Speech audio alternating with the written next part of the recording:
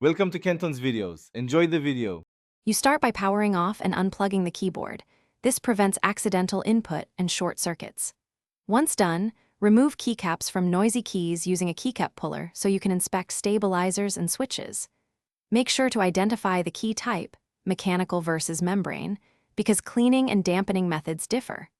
While the caps are off, use compressed air to blast out debris and have isopropyl and small brushes ready for the deeper cleaning that follows. Now focus on the sources of the sound. Switch housings, springs, and stabilizers. Carefully clean each part with isopropyl and a small brush to remove grit that causes scratchy noise. Once dry, apply a thin lubricant to springs and a slightly thicker grease to sliders and stabilizer contact points.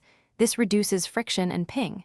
To tame case resonance, place acoustic foam or pre-cut dampening foam inside the case. Finally, install O-rings or reassemble the keyboard and test each key by typing slowly to evaluate tone and travel. If you still hear sharp pinging, reopen the case and verify springs are seated correctly and foam placement covers hollow areas. Add a touch more lubricant where dryness remains. Make sure keycaps are fully seated. Loose caps can rattle. If problems persist as electrical chatter or inconsistent actuation, check firmware debounce settings in your OS or replace any faulty switch.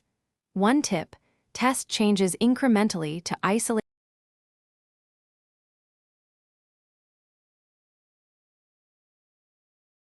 Thanks for watching. Consider subscribing if we helped you.